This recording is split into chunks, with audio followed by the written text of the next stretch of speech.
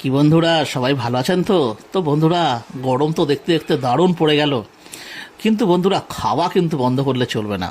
তো বন্ধুরা, আজকে আমরা যে রেসিপিটা শেয়ার করব আপনাদের সাথে, সেটা হচ্ছে এই রুই মাছ দিয়েই আলু, বেগুন, পটল এই সমস্ত দিয়ে জাস্ট পাতলা একটা ঝোল, যেটা খেলে পেট মানে ভর্তি তো হবেই, কিন্তু খুব একটা কষ্ট একদম হবে না। সুপার লাইট মাছের ঝোল। তো চলুন রেসিপিটা শেয়ার করি।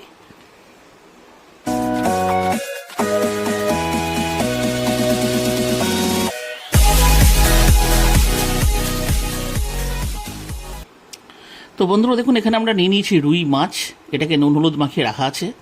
এখানে নিয়ে নিয়েছি সর্ষের তেল। এই দেখুন, সর্ষের তেলটা যেই গরম হয়ে যাবে, আমরা প্রথমে রুই মাছগুলো ভেজে আলাদা করে তুলে রাখবো।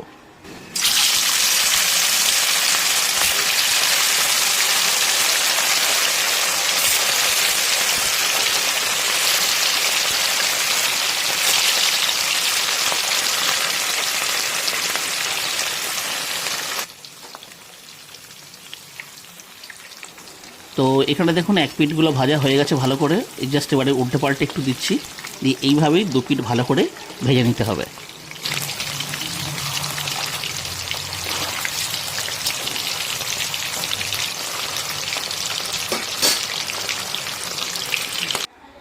তো এখানে দেখুন প্রায় টোটাল 10 থেকে 15 মিনিট লাগলো, আর মাছগুলো দেখুন ভালো করে লাল লাল করে ভাজা হয়ে গেছে। এবার এগুলোকে আমরা আলাদা থালাতে একটা তুলে রাখবো। তো এখানে এগুলো তুলে রাখা হয়েছে, আর এরপরে আমাদের কাছে যেটুকু আরও মাছ রয়েছে সেটুকু আমরা এই একইভাবে ভেজে তুলে রাখবো।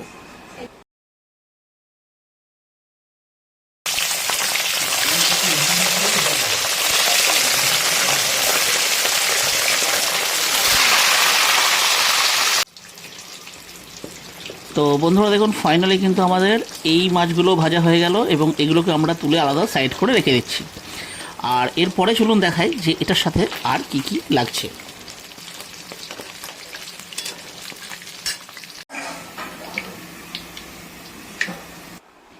তো এখানে দেখুন একটা পটলকে 2 পিস করে কেটে নিয়েছি।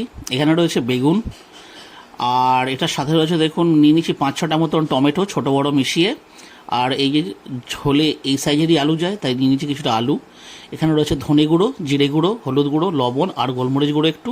আর এটা হচ্ছে বন্ধুরা সর্ষে বাটা, মানে সর্ষে লঙ্কায় বাটা, ব্যাস এইটুকুই যাচ্ছে। তো বন্ধুরা, মাছ ভেজে রাখার পরে যে তেলটা অবশিষ্ট ছিল, সেই তেলটাতেই আমরা প্রথমে আলু ভেজে নেব।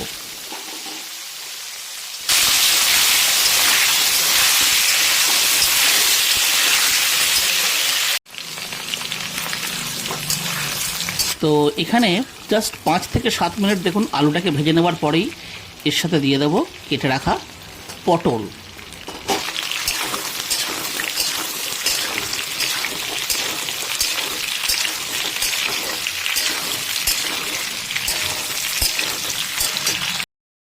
তো পটলটা দেওয়ার পরে জাস্ট কিছুক্ষণ নাড়াচাড়া করেই আমরা দিয়ে দেবো নুন আর হলুদ।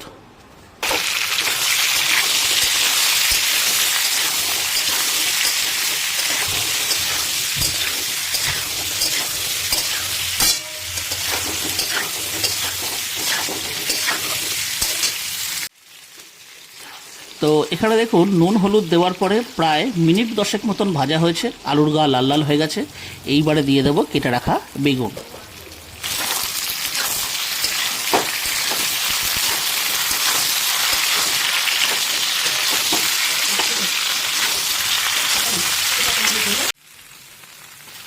তো এখানে দেখুন আরও 5 মিনিট ভাজা হয়ে গেছে বেগুন দেওয়ার পরে। আর এই সময়তে দেখুন আমি দিয়ে দিচ্ছি এতে সর্ষে আর কাঁচা লঙ্কায় যে বেটে রেখেছিলাম সেইটা। আর ওই একই সাথে দিয়ে দিচ্ছি সমস্ত মশলা, ধনে গুঁড়ো, জিরে গুঁড়ো, হলুদ গুঁড়ো, লঙ্কা গুঁড়ো, আর সামান্য পরিমাণে একটু গোলমরিচের গুঁড়ো। তো বন্ধুরা, এখানে গোলমরিচের গুঁড়োটা কিন্তু অপশনাল নয়, এটা অবশ্যই দেবেন। এর স্বাদটা কিন্তু ঝোলে দারুণভাবে কিন্তু ফুটে উঠবে। তো বন্ধুরা, এই যে সর্ষে বাটাটা যে আমরা এর মধ্যে দিয়েছিলাম, তো সেই প্লেটটা ধুয়েই সামান্য পরিমাণে একটু জল আমরা এতে অ্যাড করেছিলাম। আর গ্যাসটা কিন্তু এইভাবেই মানে অ্যাকচুয়ালি বাড়ানোই থাকবে।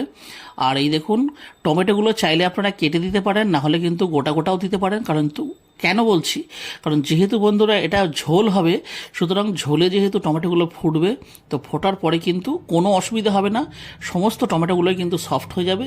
সফট হয়ে যাওয়ার পর তখন খুন্তির সাহায্যে একটু কেটে দিলেই হবে। তো দেখুন এখানে টমেটো ফমেটো দিয়ে একদম ফার্স্ট ক্লাস এটাকে 5 মিনিট ভালো করে কিন্তু কষা হয়ে গেছে। এইবারে দিয়ে দিতে হবে, মেহনত পে পানি ফের না, এইবারে দিয়ে দিতে হবে জল, কারণ যেহেতু এটা হচ্ছে মাছের ঝোল, সুতরাং জলটা দিতেই হবে। তো বন্ধুরা অবশ্যই মশলার পরিমাণ অনুযায়ী কিন্তু জলটা অবশ্যই দেবেন।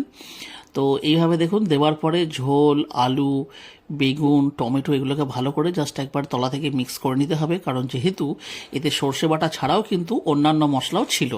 তো ভালো করে এইভাবে দেখুন করে দিচ্ছি মিক্স। এই দেখুন ফার্স্ট ক্লাস একদম। গ্যাসের ফ্লেমটাকে এখানে করে দিচ্ছি হাই। আর এই যে 5 থেকে 7 মিনিট হয়ে গেছে, দেখুন ঝোলটা ভালো মতন কিন্তু ফুটছে। এই দেখুন একদম খলবা করে ফুটছে। আর এই সময়তে জাস্ট ভেজে রাখা মাছগুলো এতে আস্তে আস্তে দিয়ে আর ডুবিয়ে দিতে হবে, এইভাবে জাস্ট এইভাবেই দেখুন।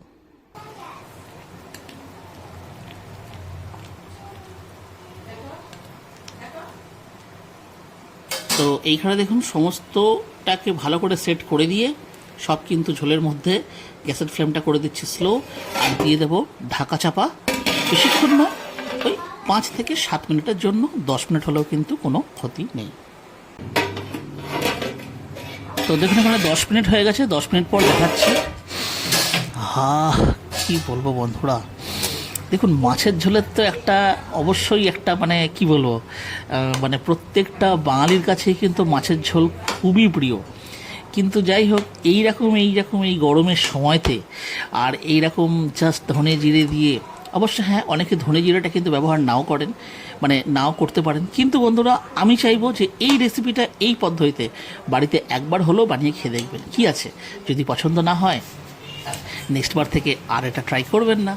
তো দেখুন এখানে সুন্দরভাবে কিন্তু ঝোলটাও কিন্তু কিছুটা ফুটে আর একটু জাস্ট ঝোলের যে ভলিউমটা ছিল একটুখানি কমে গেছে। আর বন্ধুরা লবণটা কিন্তু টেস্ট করতে একদম ভুলবেন না, কারণ এই ঝোল সাধারণত ভাতে মেখেই খাওয়া হয়। তো যেহেতু জলের পরিমাণটা বেশি, তাই একটু লবণটাও টেস্ট করে দেখে নেবেন যে ঠিকঠাক আছে কিনা। তো বন্ধুরা এখানে দেখুন আমরা গ্যাসের ফ্লেমটা অফ করে দিলাম, কারণ ঝোল একদম রেডি। তো বন্ধুরা এই সময় কিন্তু ঢাকা চাপা দিয়ে রেখে দেবেন, আর কমসে কম 20 মিনিট পরে এটা খাবেন, কারণ যে কোনো ঝোল তৈরি হবার সাথে সাথে খেলে তার স্বাদটা কিন্তু খুব একটা ভালো লাগে না। তো বন্ধুরা আজকের ভিডিওটা তাহলে আমি এখানেই শেষ করছি। যদি আজকের আমাদের রেসিপিটা আপনাদের পছন্দ হয়ে থাকে তাহলে অবশ্যই ভিডিওটিকে লাইক দেবেন। চ্যানেলে যদি কোনো নতুন বন্ধু এসে থাকেন তাহলে অবশ্যই চ্যানেলটিকে সাবস্ক্রাইব করে আমাদের পাশে থাকবেন। তাহলে আবার দেখা হচ্ছে অন্য কোনো ভিডিওতে, অন্য কোনো রেসিপির সাথে।